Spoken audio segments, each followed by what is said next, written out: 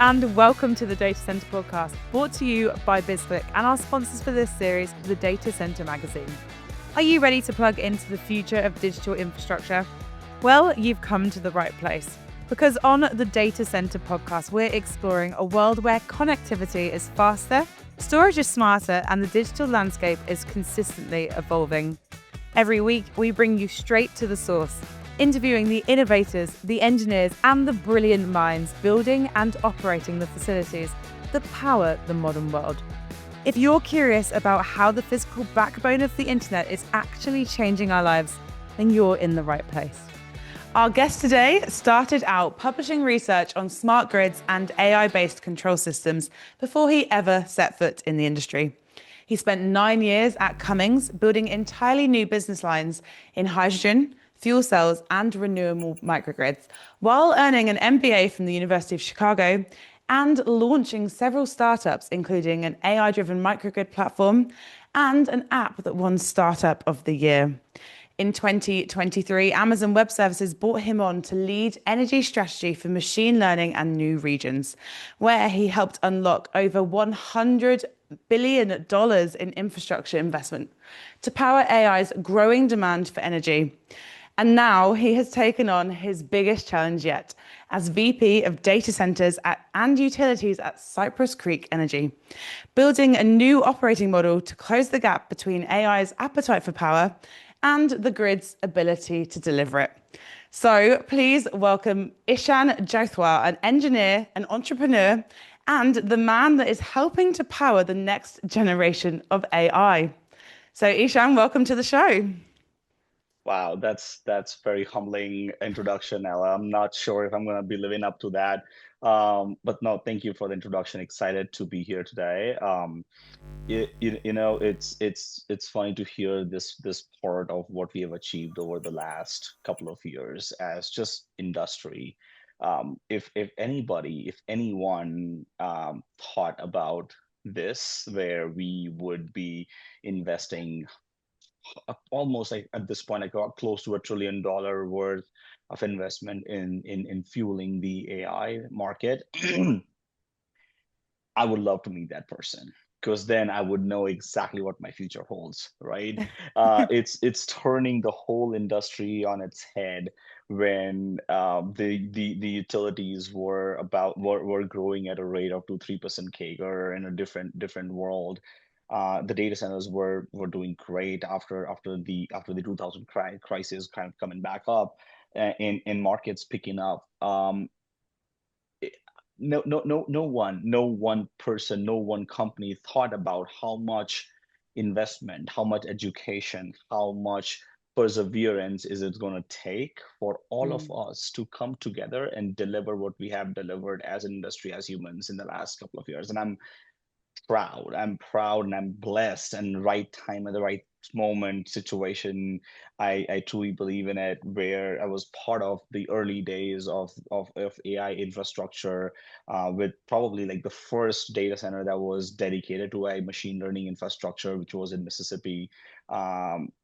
Was my first ever deal, and I'm excited and I'm proud to be in the industry now. What I've learned from my startups, what I've learned from Cummins, what I've learned at AWS, I feel strongly fits right in where I am in my current journey of learning and educating myself better.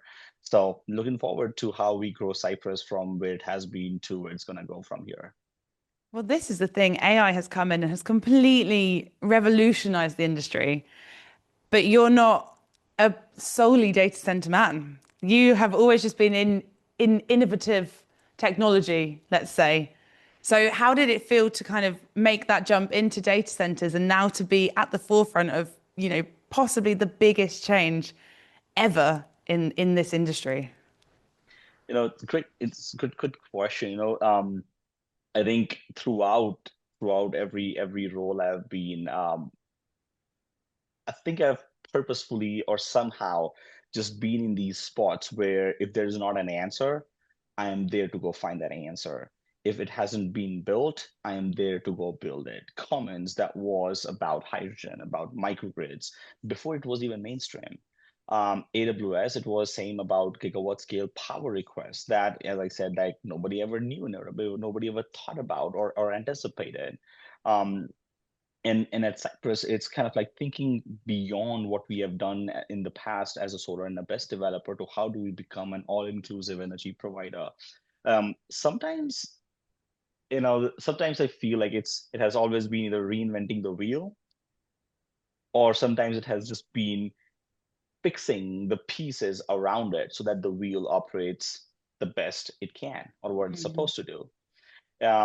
And it's not about the job, it's not about the industry, it's about the customers for me, and the obsession for the customers is far more important than anything else. Cummins, it was building around new growth innovation strategies for hydrogens, for microgrids, for I remember of using data at AWS's Dublin facility to help improve aftermarket services, and how do we provide services better to improve unplanned maintenance and downtime. Very different topic, was not part of my job description ever, but it was just a problem statement that just like made sense of, okay, I have a very important customer and everybody's equally important. How do I make sure that the problem statement for that customer is downtime and availability? How do I make sure that I can do like 10x better than what I today do? And that changed that led me into going and trying some new ideas using a small little product that collected data, but then adding predictive maintenance and analytics on top of it. So Mm. it's been a perfect example of enhancing the systems, enhancing the wheels, building the system around it, and I thrive in that situation. So I don't think it's about data centers, it's about energy, it's about the customer. And Mhm. I think we have done a pretty damn good job at Cummins, at AWS, and at Cypress as well, solving those problems. So let's obviously everything is about the customer, but let's look at you. So what has kept you in the in innovation industries? What, is the appeal of carrying on, of being at the forefront of those big breakthroughs? I don't know, itch, maybe. Itch to innovate. I don't know what's the right word. It's a funny question. Like my first research paper was about sustainability. My first research paper was about designing the wind farm and solar farm completely different from at that point of time, right? Like almost 2 decades ago at this point. My first Definitely feels me, let me feel old a little bit. My first research paper, I'm not my first patent was a neural net based machine learning based algorithm that would self-learn, self-optimize the microgrids. And at that point of time, I don't think I was thinking about it's going to change something materially big. I was raising funds from DOE, DoD, NSF, Megawatt Ventures, and other agencies, and we were trying to commercialize the technology. And that's when Cummins showed up. That hey, I came in to go build the control systems around it. I Innovation goes back is fundamental about solving a problem, building something from scratch, building something that was not necessarily thought through or was always thought about as you probably can't do this. And Mm. that's innovation for me. It's not necessarily the biggest thing possible. It's just the small, the repetitive things that you just know that, hey, end of the day, my customers are going to demand for X, Y, and Z. And in this case, in case of power environment, it has always been, can you get me power faster? Can you make it reliable? And can you guarantee me long-term commitment around delivering power? And they're just three things, the basic things that has just never changed. And how we do it will always evolve. We did it by building the grid infrastructure in the 50s and hundreds, whatever, like 100 years ago. We started like that. At that point of time, if you think there were so many self-generating facilities next to these infrastructure, these industries, and then came the utilities, and that materially improved us from where we were at that point of time, and has been with us for a long time now, right? And that's how I see it. Like innovation isn't about like me, it's about the industry, it's about the market, it's about the customer. And I don't know that's the best way. It's the itch of I want to keep building new things. I want to keep building things that helps me to solve my customer's problem. And today it's still power, I don't know, maybe tomorrow it's not power, maybe tomorrow it's completely different. And Mhm. I'll be very happy to go do that too. Yeah, that's a really nice answer. It's kind of about bettering not just yourself, but society at once. So you mentioned there that your first paper, your first patent at university was on sustainable energy. And for Cypress Creek, the focus is also big on sustainability. So do you think almost your morals have aligned at Cypress Creek, and you've got this perfect opportunity to, be at the forefront of the revolution, but in a sustainable way? That's a big Yeah, question. so I know it's a big, that's why I was like, it makes me think, right? Because I don't think it's Cypress definitely plays a huge role right now because it, as a company, fundamentally believes in sustainable future. It fundamentally believes in how do we make our customers' life better by using solar and BESS and things that helps us improve the world, the environment as well. Um, Sustainability for me goes one step forward, which is again why I believe so much in Cyprus and made me choose Cyprus as well to begin with, is also about just knowing that sometimes it would mean to do things differently. And it's about creating sustainability in people's life in a different way. For example, if you think about it, some of these investments that the data centers have made in the communities are fundamentally changing how people are going to live their lives 5 years from now, 10 years from now. I still have a home in Virginia, Northern Virginia area, the Loudoun County. And when we were just moving in with my family, we used to we heard a lot about the school systems and how good it is. And we still see people talking, sometimes people talking about, oh, the data centers are not helping, they're not making our lives better. But when you go in those communities, it takes an evolution, takes time for people to realize that the amount of job creation, the amount of tax revenues that comes in, the amount of upliftment that happens in that community, the school systems, etc. You don't think about it on day one. And it's our job to go explain that to the community, to the regulators, to the people who are not necessarily right or wrong. They're just doing their job on a daily basis, which is again the same thing, is helping the communities, right? Helping where they live, making their families a better place of living, and that's also sustainability for me, and as well as for Cyprus. It's very impressive coming into Cyprus when I see people so motivated about how does solar and BESS can help, how solar and BESS can help the industry and how we are making people's life better, our lives better every day. I didn't think that passion existed so much till I was as an outsider. And back to your question coming in, it definitely feels like it was just meant to happen, goes back right time, right spot, right situation.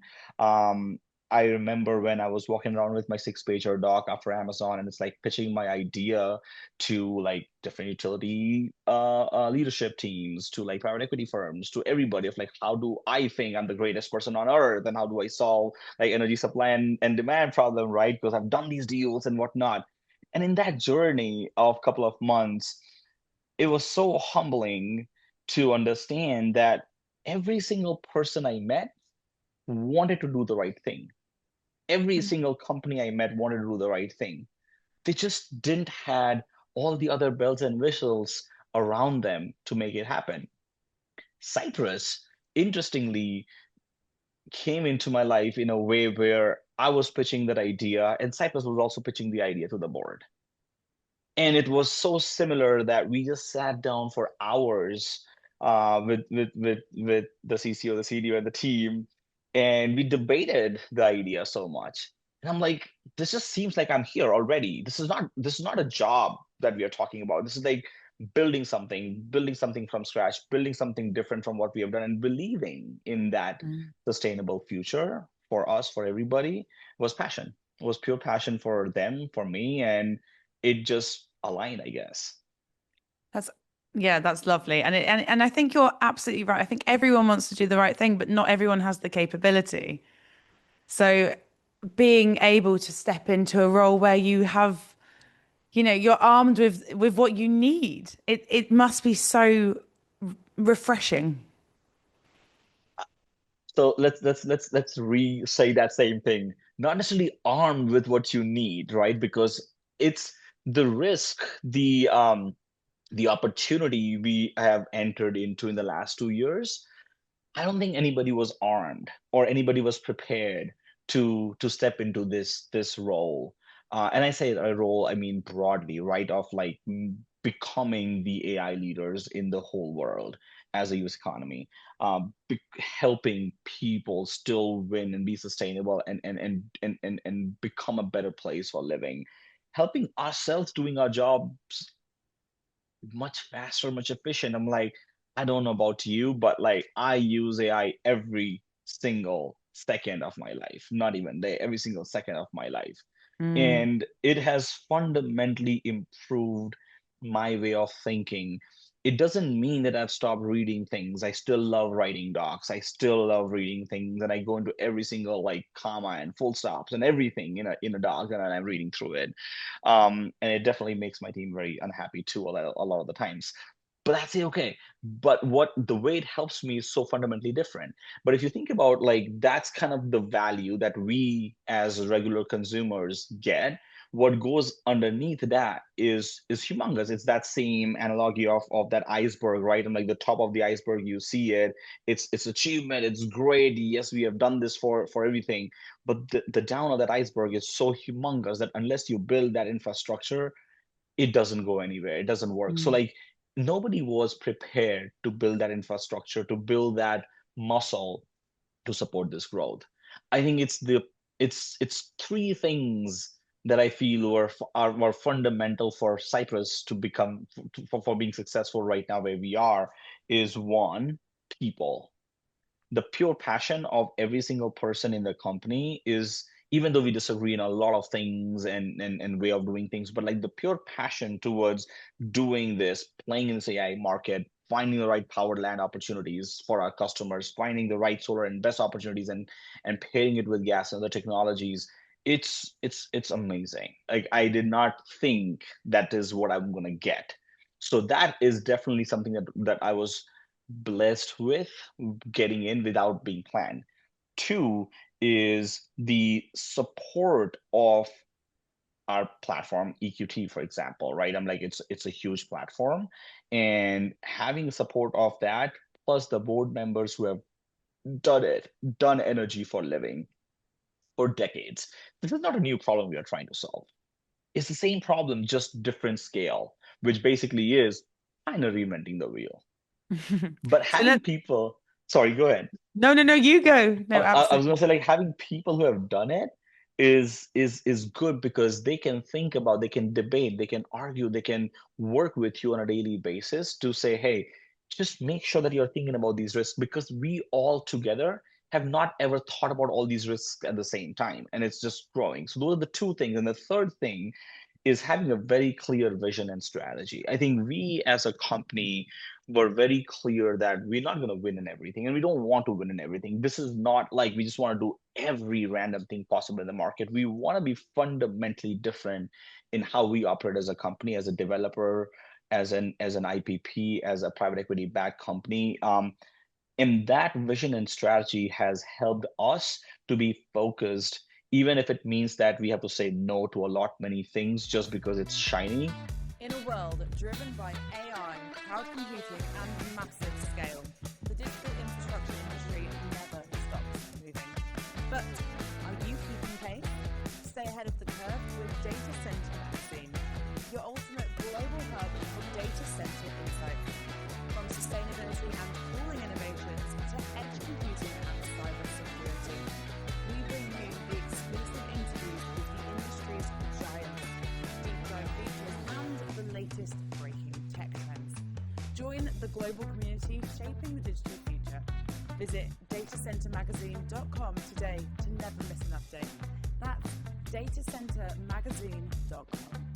No, we're gonna be doing the right things, and it is heavily driven by a very strong vision and strategy that we have developed over the last 1 year.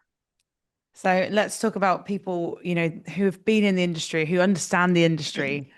So you have lived the frustration of both the developer side trying to connect the grid and the tech company trying to secure the power.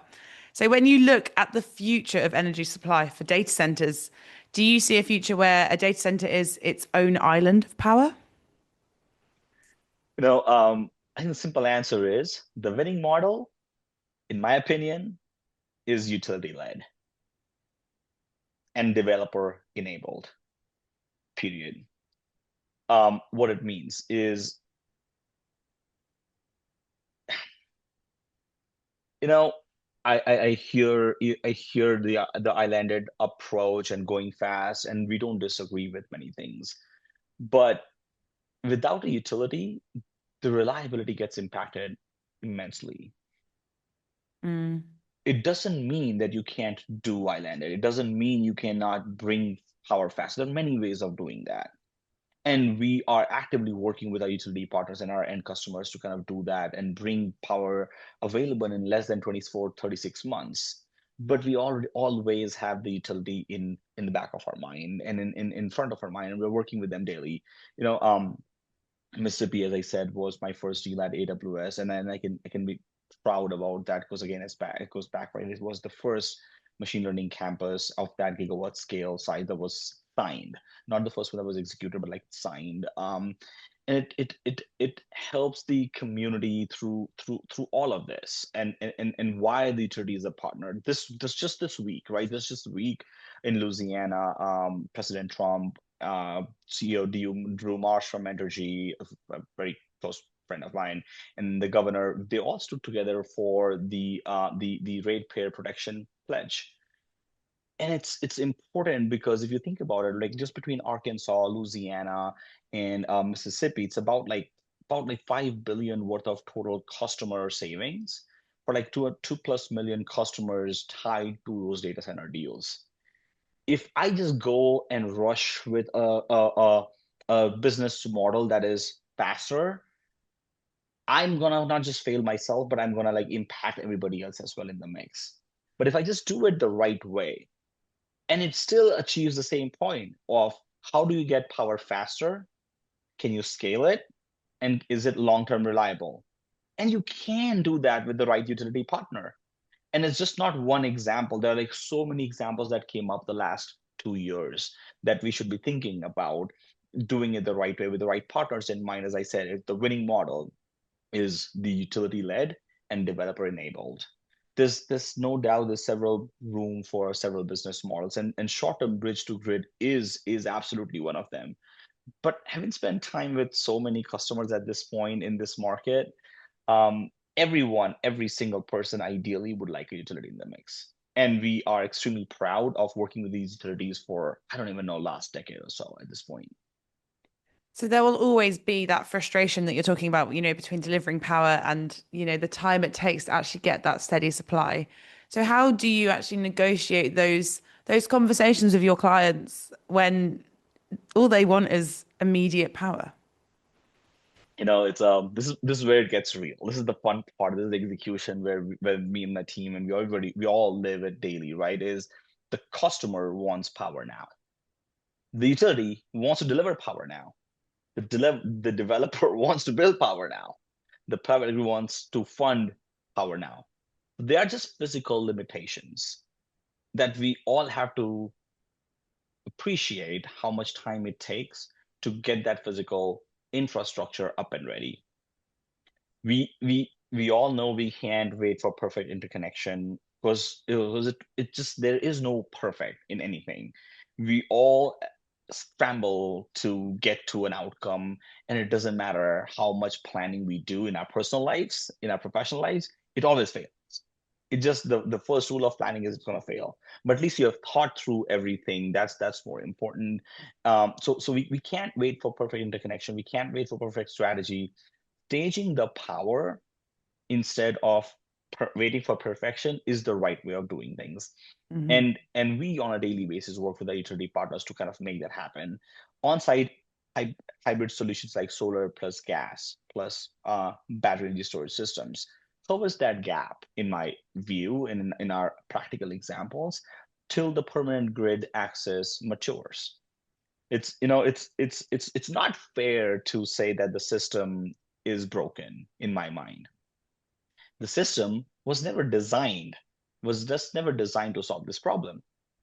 it it's the utilities were growing at 2-3% CAGR, right? All of a sudden you go to this that say, and when I say utility, I really mean the infrastructure, the energy infrastructure, just combined. It's not about a utility only.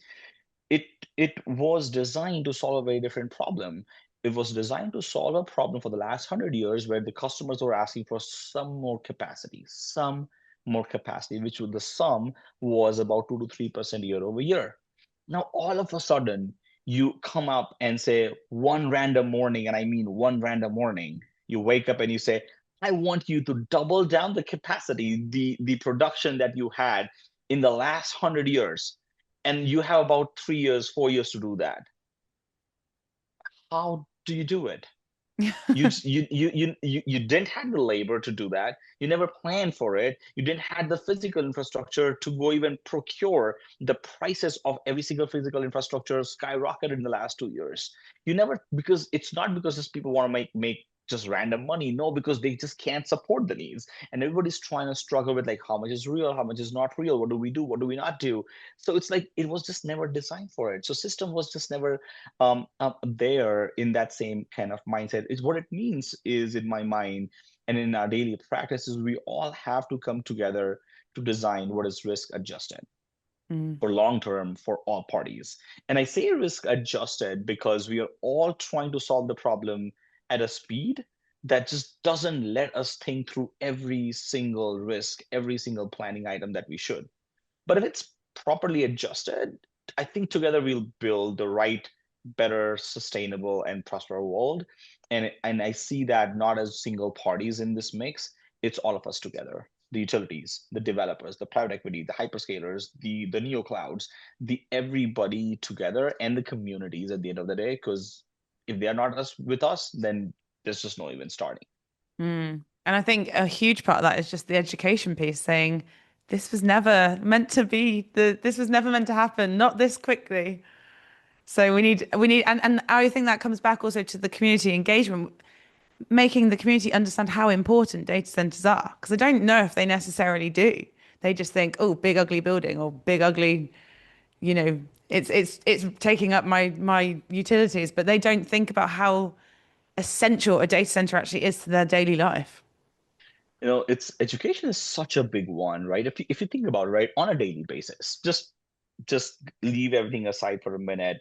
You have a family to take care of. You have kids. You may or may not have kids, but you have yourself. You have your home mortgage. You have your car mortgage. You have, I don't know, you want to learn something. You want to become a better person, or you're struggling with something else. You have 24 hours and you're doing that. Now, if you start multiplying that, we all collectively don't have enough time to think just beyond us. I still remember sitting in these communities early days of machine learning with AWS, and sitting with the PUCs, like public utility commissions, and like government officials and everybody, and trying to explain. I was in one of these board meetings. I was trying to explain like how just a pure cloud works. And I was not a salesman for the cloud selling side of the business. I was just an infrastructure guy trying to build an infrastructure, trying to find the right capacity, find the right location, the home for another data center, machine learning data center campus for AWS. And I was sitting in this state with the utility, like a couple of board members, and and everybody couldn't understand why this was important. Or Mm. like, you say you want so much of power, but like, are you sure about that? Like, just like, this is like gonna be doubling my capacity in this market. I'm like, yeah, you sound cool, and then you're gonna change the world, and you're gonna do everything else, and you're gonna like make a big impact, but have you ever done it before? And I didn't have an answer for that question. But what I did have an answer to was, if you look back in the history, in 2000s, when the dot com bubble happened, and everything around it, Amazon's stock fell 90%. Mm. But it is still Amazon today. And what it does for us as regular customers, consumers, I don't know if anything else or any other company has ever done it.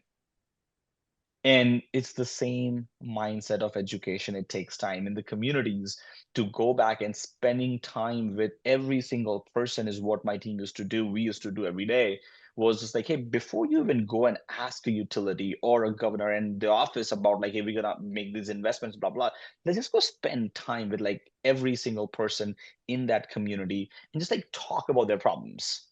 Like a regular farmer, what's going on? What are the struggles you're facing? How can we help you? And in those conversations, what we realized was just nobody had time to think beyond themselves because we all are busy humans. And Mm. showing them the impact that a data center brings to the table, it was faster in certain communities where you saw the early growth, early adoption of the machine learning campuses. And in some, it was slower just because people were more worried about because they had a history that seen things going sideways. Not people not caring about communities and industries not caring about those communities in the past. So coming in and showing that that building that you see, by the way, it's actually a beautiful building with like now with the trees and everything. And like I've been to a lot of these now, it's actually like beautiful because like you know what? It doesn't disturb you. It's not a huge traffic. It's not a lot of things happening. So like it's a nicer way of like showing that you care about things that are going to end up actually making your life better. That education took the longest. Like if any interview question have been of like how do you spend your time, education was at least 50% of my answer in every single question that I've had where Wow. if you've done internal and external education the right way, I think everything else just like falls in place.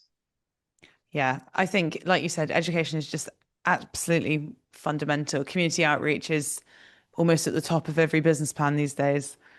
So we are running out of time. So I'm going to just ask you one more question. I'm going to bring us back to AI. So we see a lot of alarming headlines about AI demand actually crashing the power grid. And we've talked about, the capabilities not actually quite being there because it was never designed for this much load. Having looked at this from both sides of the coin at Amazon and now at Cypress Creek, is this a systemic crisis or is it localized challenge of matching the right power to the right place at the right time? And how do we actually solve that?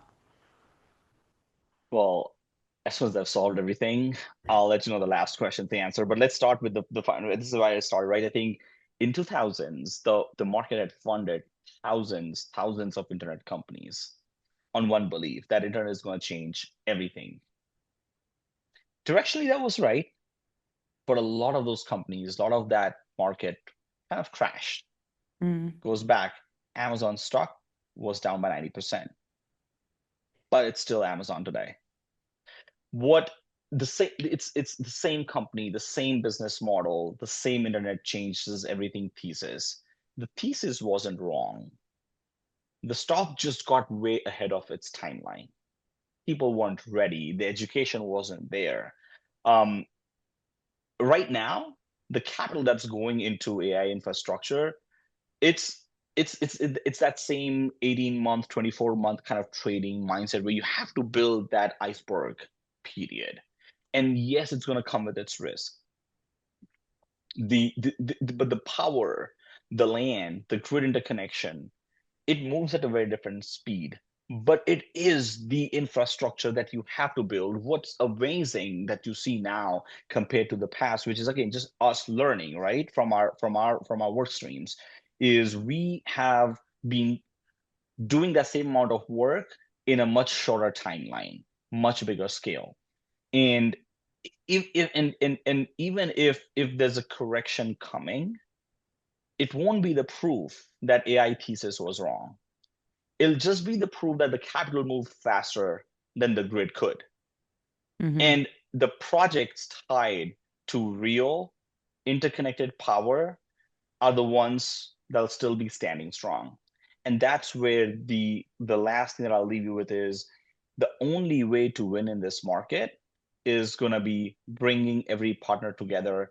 The 6-pager doc that I mentioned that was walking with had a chart X and Y axis and had these bubbles around the energy market here, and the x-axis said the risk that people are willing to take in that market, and then the y-axis showed the opportunity, and the utilities were, and the energy was here on the bottom left, and the hyperscalers were on the top left, and then the private equity firms and the developers were in the middle, like scattered across, because that's what their business model was.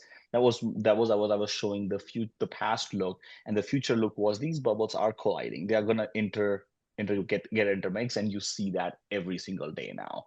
And so proud to kind of see that transition, and bring it into Cypress Creek, and also being blessed that Cypress Creek has just taken that and accelerated with all the employees, all the leadership, all the board members, everybody in it, to go set behind that same vision, the same strategy, and work with the utility partners and our customers, our data center customers, and our other customers on a regular basis to go solve that problem. So I think this market is here to stay.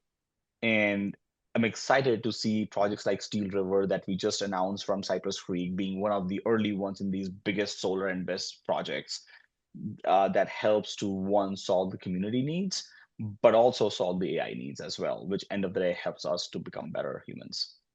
Fantastic. And I am excited to see where you go next in your career journey. But you have Thank been a fantastic guest, Ishan. So thank you so much for joining me today. We have gone a little bit over, but honestly, I couldn't stop you mid-flow. You're so passionate about this. it's I'm definitely passionate about building things, and at Cypress, I feel we are definitely building some cool stuff that we're very proud of announcing, more like Steel River very soon. Well, you've been a wonderful guest. So thank you so much for joining us on the Data Center podcast. Thank you, Ella. Thank you. Bye-bye. And that's a wrap on this episode of the Data Center podcast, brought to you by BizClick. Thanks for joining us as we analyze and unpack the complex world of digital infrastructure. We'll be back next week to help you build bigger, run cooler, and maybe even achieve that net zero carbon goal. Until then, keep those racks full and your bandwidth high. See you next time.